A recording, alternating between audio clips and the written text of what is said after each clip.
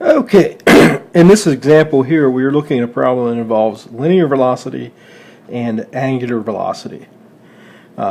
These are problems that very often give people difficulty, and so we're going to take a look at how we can work this problem out.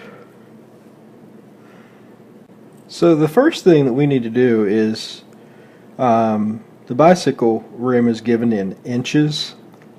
So we need to take that velocity, and since we want revolutions per minute, we need to take that velocity, 35 miles per hour, and convert that to inches per minute.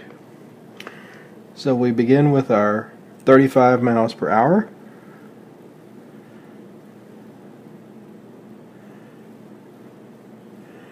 Per 1 hour, and we want to get that to inches per minute. Well, there's 5,280 feet in a mile, so we want to get rid of miles, so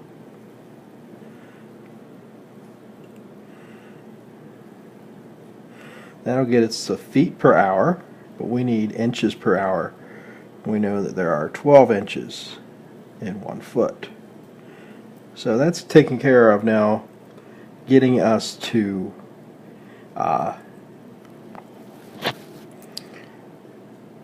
inches per hour, but we need inches per minute, so we want to get rid of hours.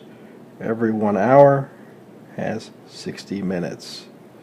That way the hours cancel out. And now it's just a matter of doing the computation.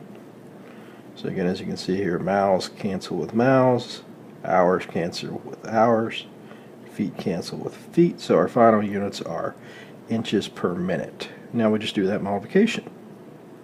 So doing so gives us that the linear velocity in inches per hour, inches per minute, apologize for that, in inches per minute is 39,960.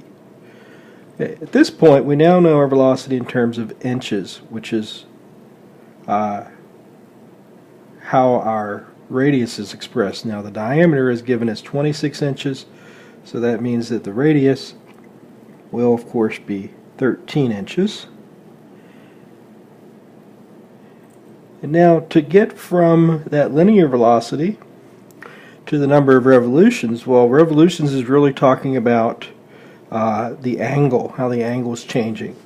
So we have a formula that says that our velocity is equal to r times omega, where omega is the angular velocity.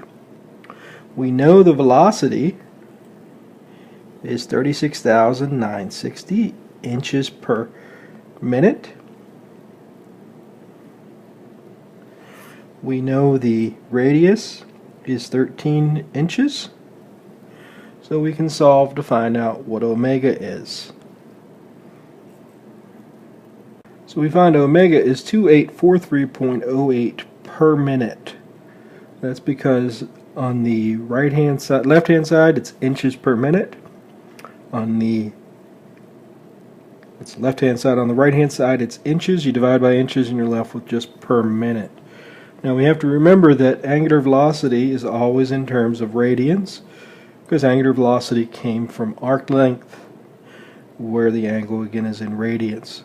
So we know now it's going through an angle of 2,843.08 radians every minute. The final question now that we need to ask ourselves is, okay, well, how many revolutions is that? How many revolutions is that? Well, 1 revolution is equal to 2 pi radians.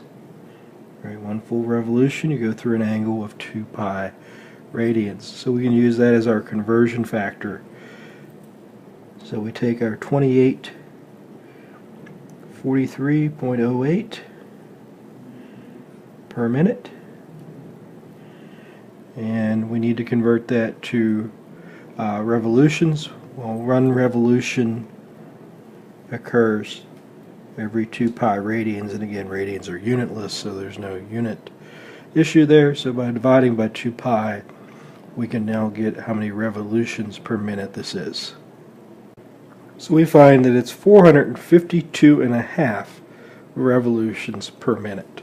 So hopefully this will help you a little bit as you experience some of these problems dealing with angular velocity and linear velocity, and how we can make that transition from one over to the other. Stay tuned for the next example where we're going to actually take this problem and flip it around. So we'll see you then.